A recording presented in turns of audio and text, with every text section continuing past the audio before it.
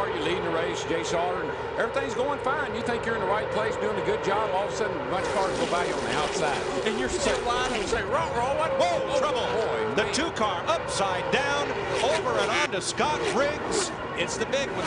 Oh, boy, who is that still flipping? Sauter. It was Johnny Sauter.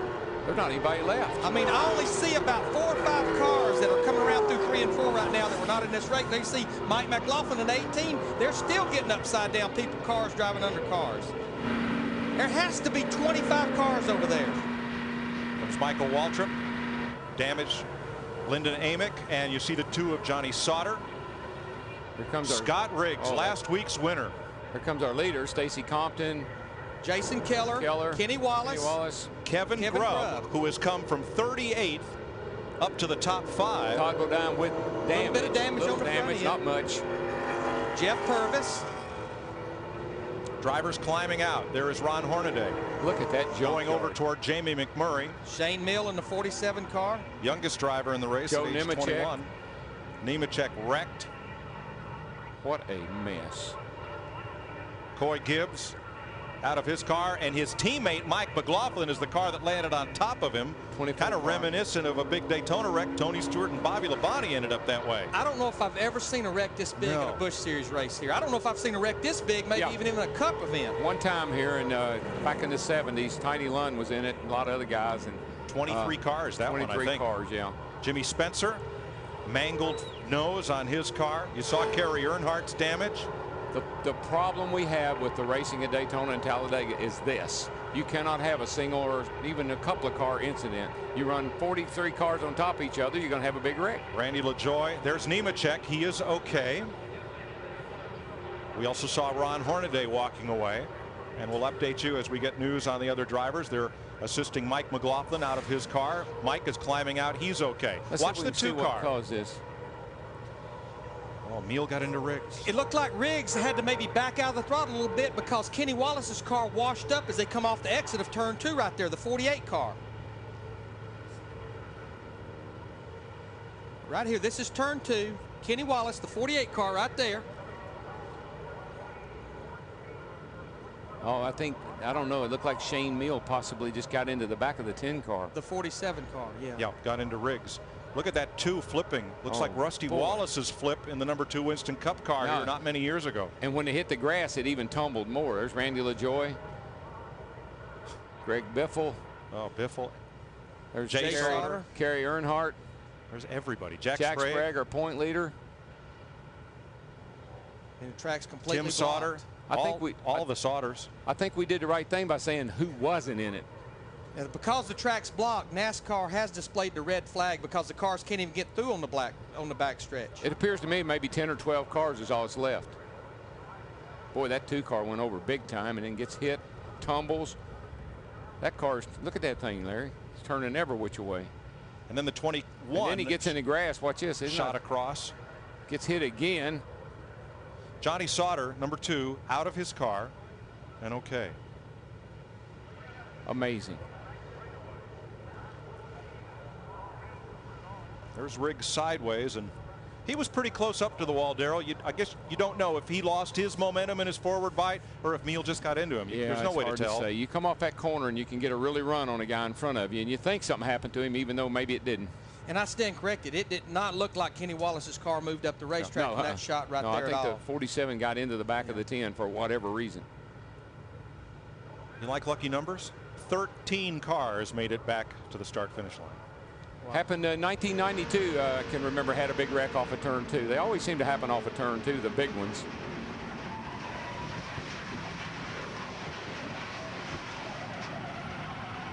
Wow. Looking out of Lyndon Amick's car.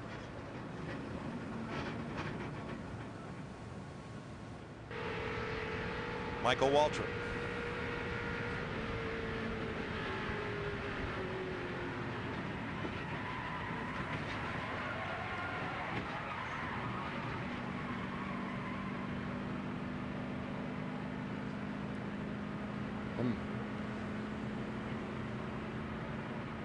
Kenny Wallace.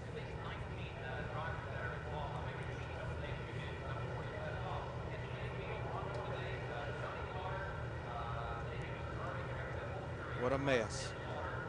And there, as Larry explained, you saw Kenny move up the racetrack without any contact with Scott Riggs there before this started. There's Randy LaJoie. He's okay. Jamie McMurray, the 27.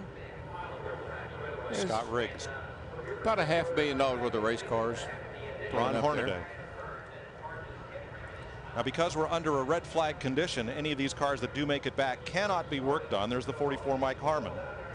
They can't touch these cars until the red flag is withdrawn and the track goes back under a yellow flag condition. They can look at it. They can't touch it.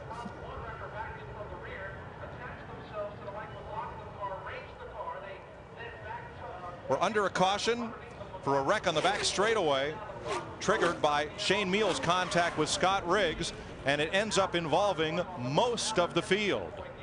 We'll be right back.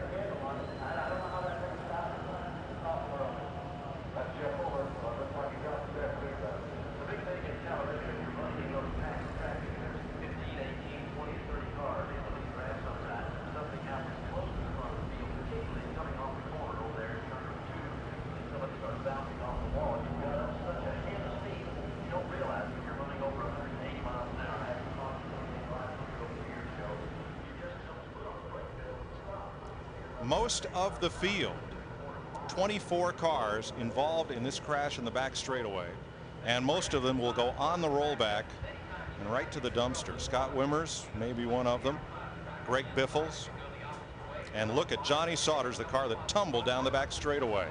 Dick Berggren.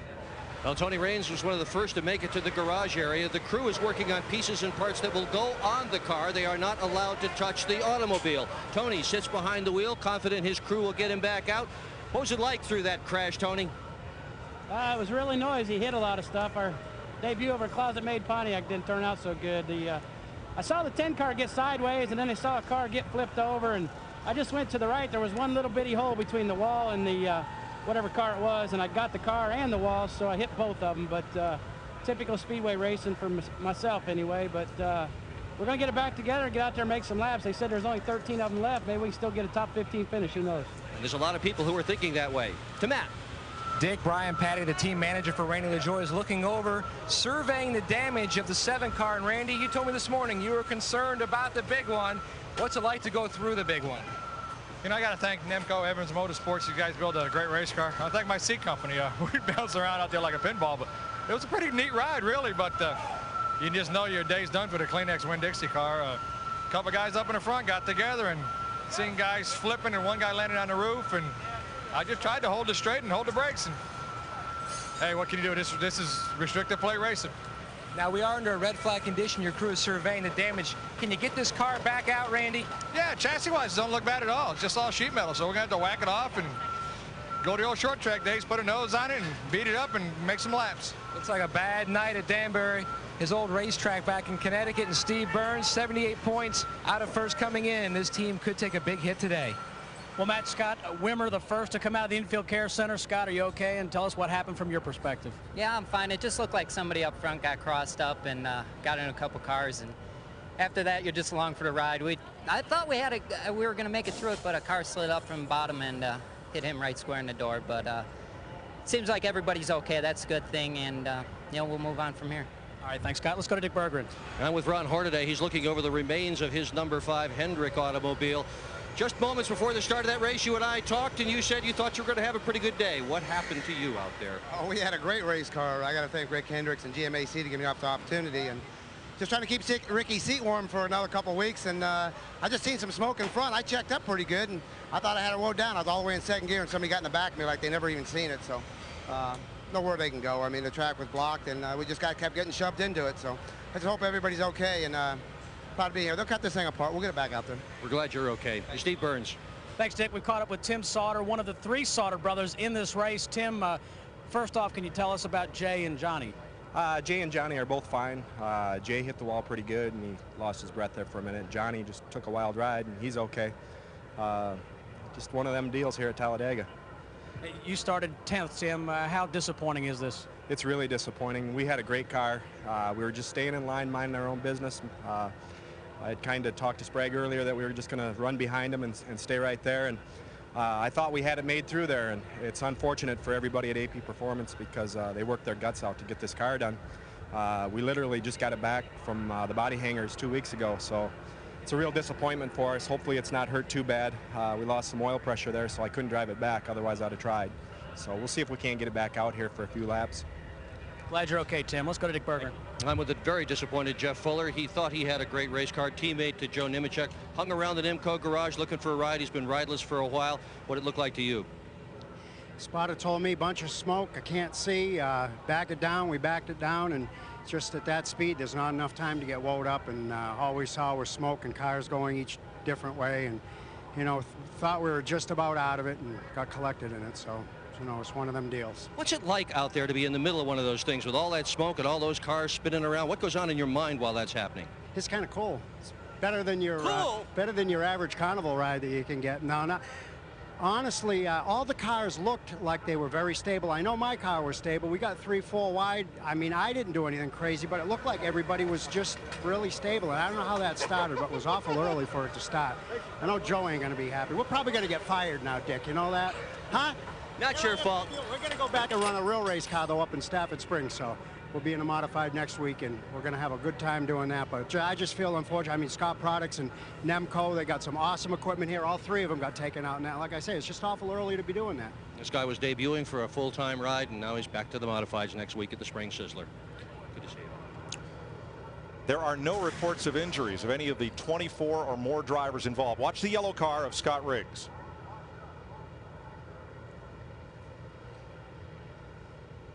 Dale, it looks like he got up there, and I don't know if he got a little loose or if the car pushed, but you get the feeling maybe he come back out of the throttle just a little bit right there, and a little bit can mean someone can get into you from behind.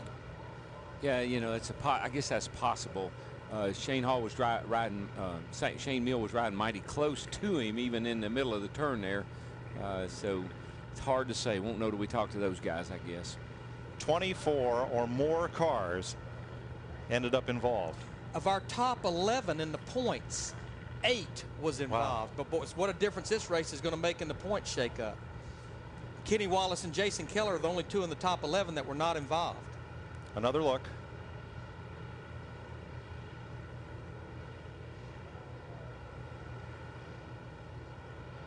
Boy, it happened so fast. You know, it's hard to tell if maybe somebody was into the back of Shane Hmeil when he got into Scott Riggs. The angles make it very difficult to tell. Oh, Hmeil hit the inside wall a ton. Man in front of you, big crash. Can't help it. There's too much smoke.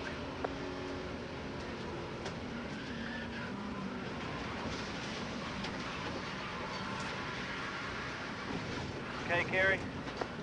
Damn it.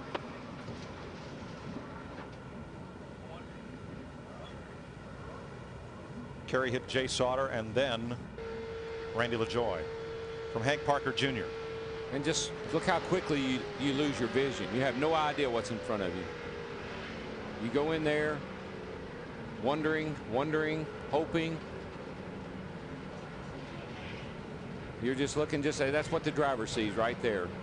Has no idea what's in front of him. He made it. He got stopped and made it through. Here are the cars involved in the crash. This is not the entire starting lineup, but it's 24 or more of them. We show 27 cars with damage. And again, there are no reports of any injuries. And we're 15 laps into the race. Got 102 laps to go.